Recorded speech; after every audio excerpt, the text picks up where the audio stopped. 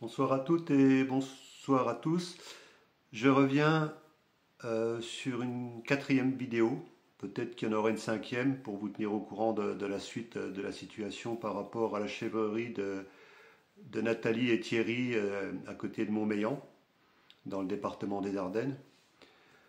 Donc là, en fait, en repartant de chez Thierry et Nathalie, jeudi dernier, j'ai eu le maire de Montmélian qui m'a rappelé, qui est vraiment à l'écoute et qui est en train de passer à l'action, qui s'était engagé à faire des démarches pour aider, venir en aide avec tous les moyens qui sont à disposition, en sachant certains où il peut vraiment aller très loin et certains autres où il est très limité. Donc je vais vous dire un peu ce qu'il en est, hein, il m'a rappelé tout à l'heure. Donc je voudrais aussi répondre à ceux qui me parlent de Julien Courbet. Déjà, moi, j'ai pas de porte ouverte par rapport à Julien Courbet. Et vu la situation qui se passe sur le terrain euh, de Montmélian pour Nathalie et Thierry, je vois vraiment pas ce que pourrait faire une personne comme Julien Courbet qui n'est pas sur le terrain. Donc moi, j'habite à peu près à 85 km de la chèvrerie. Donc j'y suis allé l'autre jour, comme vous l'avez vu par 3 vidéos. Donc on a fait le tour du contexte actuel.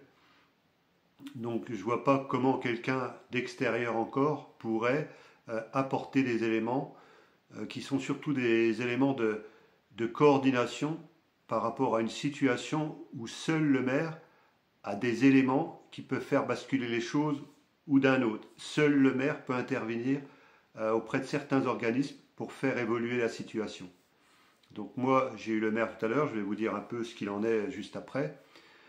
Pour résumer, par rapport aux 3 vidéos, aux 3 vidéos qu'on a fait, donc c'est aussi ce que j'ai dit au maire, il y a des choses qui m'ont interpellé. C'est par exemple sur le site, il y a un soir, par un jour de pluie, ils ont retrouvé 14 poules mortes le lendemain, avec aucun signe d'avoir été attaqué par un renard ou une fouine ou des choses comme ça.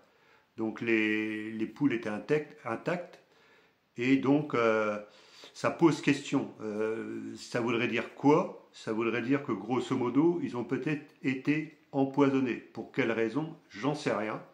Mais en tout cas, donc ça c'est des choses qui sont un peu embêtantes que j'ai fait remonter au maire. Donc il y a une réflexion qui va se passer aussi au niveau du maire.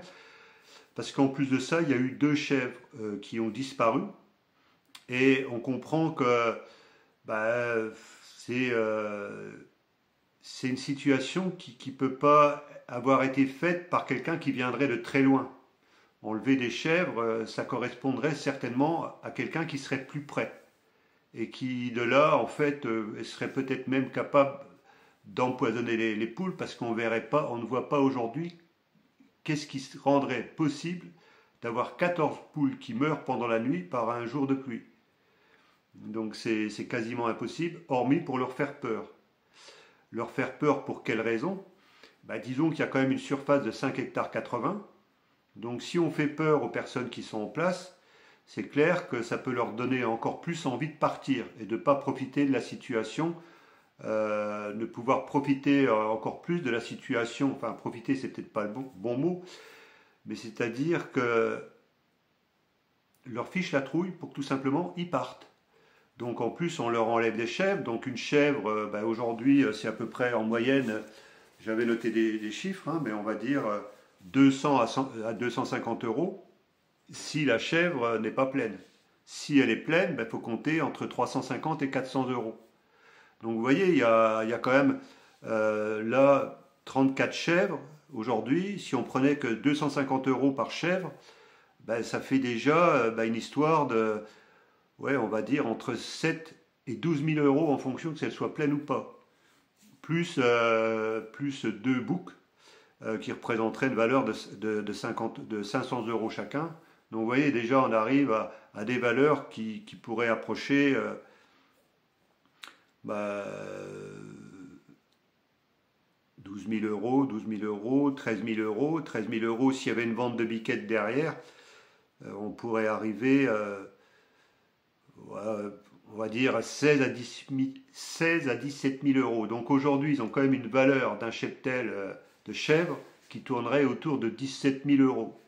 Donc là, en plus, bouger tout ça, parce qu'il y en a qui disent faut qu'ils partent de là, faut qu'ils partent de là, faut qu'ils partent de là. Oui, c'est peut-être la possibilité, c'est peut-être la solution.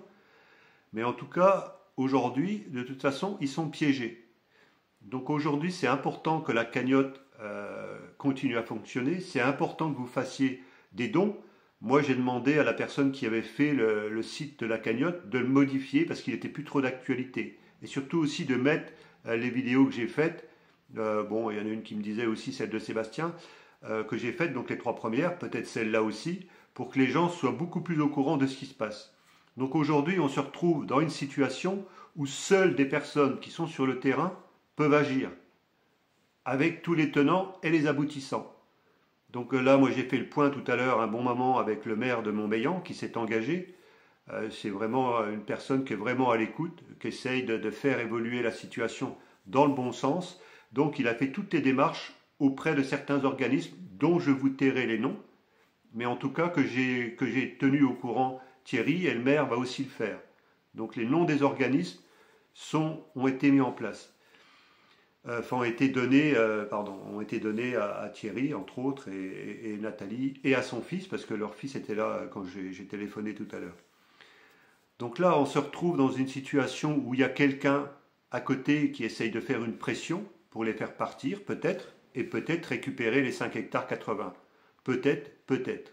En tout cas, ce sont des suppositions. On ne voit pas comment 14 poules seraient décédés, pourquoi 2 chefs seraient partis, hormis pour les embêter, pour leur créer des problèmes. Donc on a encore fait le point tout à l'heure, donc comme je viens de vous le dire, avec Thierry. Et ce qui ressort dans la priorité et que j'ai vu avec le maire, il va faire les démarches aussi auprès de la commune à côté, de la Romagne. Il va faire là aussi une démarche auprès d'une entreprise de BTP du secteur de Château-Porcien. Et d'ailleurs, si vous avez des gravats qui pourraient reboucher les trous du chemin qui représente à peu près 900 mètres de long, peut-être un peu moins, mais qui est extrêmement chaotique, à tel point que l'ADMR ne voulait plus y aller. La factrice, je ne vois pas comment elle peut y aller, parce que toutes ces voitures-là qui viendraient à leur maison, c'est des risques de casse, quoi, quand même. Donc surtout, si on le fait à répétition, on ne peut pas rouler très vite. Il y a un gros problème aussi, que tout à l'heure j'ai soulevé auprès du maire et auprès de Thierry. Qu'est-ce qui se passerait si demain, une ambulance est obligée de venir en urgence? Si les pompiers étaient obligés de venir en urgence? Elle serait obligée d'aller tout doucement dans les trous et les chaos, et on sait que dans cette situation-là, chaque minute est importante. Donc s'il y avait un état d'urgence pour une ambulance ou un pompier ou un médecin, vous comprenez bien que chaque minute est très importante. Donc bien sûr, on pourrait dire, le seul cas, c'est qu'il faut qu'ils partent d'ici. Sauf que là, il y a des éléments nouveaux qui pourraient peut-être permettre à Thierry et à Nathalie d'opter pour une autre option, c'est-à-dire celle de rester ici. Alors je ne vais pas rentrer dans le détail de ça, c'est quelque chose qui le regarde personnellement, mais il y a peut-être une autre option qui serait tout à fait viable et crédible, qui leur permettrait de rester ici, même si un jour ils décident de partir. En tout cas, s'ils restaient ici, ça leur permettrait de leur mettre en place une stratégie beaucoup plus viable. Cette fois-ci, par rapport à cette situation-là, que je ne vais pas vous rentrer dans le détail, ça leur permettrait, avec des dons, d'investir sur place. C'est-à-dire, grosso modo, voilà, donc je ne vais pas rentrer dans le détail de ça parce que je ne veux pas dévoiler certaines choses. Il faut bien que vous compreniez qu'aujourd'hui, si vous les aidez par une cagnotte pour qu'ils partent ailleurs et pour investir ailleurs, ils peuvent aussi investir ici si la situation leur permet, dans quelques mois, de ce qui va se passer avec les démarches des différents organismes et en fait aussi avec les démarches du maire, pour que demain ils puissent remettre tout ça en état, enterrer correctement les tuyaux de la fosse septique, refaire le toit de la bergerie, et en plus déplacer les chèvres contre la maison, remettre tout en bon état, nettoyer, désinfecter la pièce où logeait le fils de l'ancien propriétaire. Donc il y a une situation qui est en train d'évoluer. En tout état de cause aujourd'hui, donc le maire est en train de faire les démarches pour leur trouver du concassé ou des gravats qui pourraient reboucher les trous. Et peut-être qu'on pourrait trouver un agriculteur pour venir étaler ça sur place, qui ne représenterait pas énormément d'heures de travail, puisqu'il y a déjà un agriculteur qui est venu l'aider pour le foin. Donc il faut être serein, il ne faut pas s'emballer là-dessus, d'accord? Moi je vais continuer, le maire s'est engagé à me fournir les documents et à me garder, tenir au courant de ce qui se passe. Donc n'attendez pas quelque chose de quelqu'un d'autre extérieur, alors qu'on est déjà en train de faire les démarches et qu'il y a des personnes qui sont en train de faire les démarches sur place. Donc si aujourd'hui vous avez conscience que vous pouvez aider une chèvrerie qui pourrait générer des revenus tout à fait viables pour eux, et même retrouver 1 ou 2 hectares, voire 3-4 hectares pour faire du maraîchage ou de la permaculture, peut-être dans le village, peut-être que dans le village il y a des terrains où les personnes n'ont plus envie de faucher et qui pourraient mettre aussi des terrains à disposition pour faire du maraîchage, pour mettre de la permaculture ou des choses comme ça. Ça existe parce qu'il y a beaucoup de personnes aujourd'hui, il n'y a plus personne pour entretenir leur terrain, donc ça peut représenter des surfaces importantes qui pourraient leur être louées ou louées contre du coup le nettoyage du terrain. Donc il y a des choses qui sont envisageables que Nathalie et Thierry avec leur fils vont continuer à vérifier, voir ce qui est possible de leur côté, mais il y a toute une partie de nouveaux éléments. Donc l'idéal aujourd'hui, ce serait que la cagnotte monte entre 30 et 50 000 euros. Donc faites circuler partout, dans tout le département des Ardennes. Demain, si vraiment ils restent sur place, ils auront besoin d'un petit tracteur qui ferait 40 ou 50 chevaux, pas forcément très onéreux dans ce cas-là, une voiture automatique qui serait adaptée pour transporter une vitrine frigorifique ou des choses comme ça. Donc vous voyez, c'est quelque chose qui pourrait représenter autour de 10 000 euros. Donc 30 à 40 000 euros leur permettrait tout de suite d'avoir une possibilité de faire les travaux nécessaires, urgents, tout en sachant qu'il y aura une participation aussi certainement de la commune, et peut-être que la commune pourrait aussi faire les 260 mètres qui restent vraiment, mais là ils ont besoin d'avoir un peu plus de recul pour budgétiser éventuellement ces travaux-là qui seraient sur un chemin communal qui appartient à une des 2 communes mitoyennes, soit la Romagne ou soit Montmélian. Donc soyez patients, ne poussez pas les choses. Il y en a qui parlaient du lien, ceux qui veulent vraiment utiliser le lien y arrivent, et je pense que c'est vraiment essentiel. Donc je vais en rester là pour aujourd'hui, pour vous donner un peu les informations, mais dites-vous bien qu'il y a des choses qui sont en train de se passer, il y a des gens, et moi je vais continuer à surveiller, garder le contact avec la mairie, le maire, et que tout se passe bien, et que demain, Nathalie, Thierry et leur fils, je ne connais pas le prénom, mais puissent retrouver une vie normale, et pas en difficulté dans la situation où ils sont. Si c'est qu'un problème de voisinage, du coup le maire est averti. Donc s'il y a quelqu'un qui s'amuse à leur faire des crasses pour les pousser dehors, les faire partir, le maire ce coup-ci est au courant. Donc il faut faire attention à ça. Donc on va surveiller tout ça.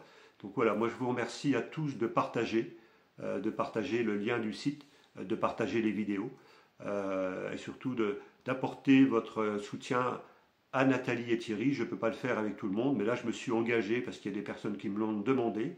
Il y a aussi une autre structure qui est prête à aider, qui est sur le département des Ardennes. Donc je vais les tenir au courant de la situation, parce que c'est clair que cette structure-là ne peut pas aider si ces personnes-là partent.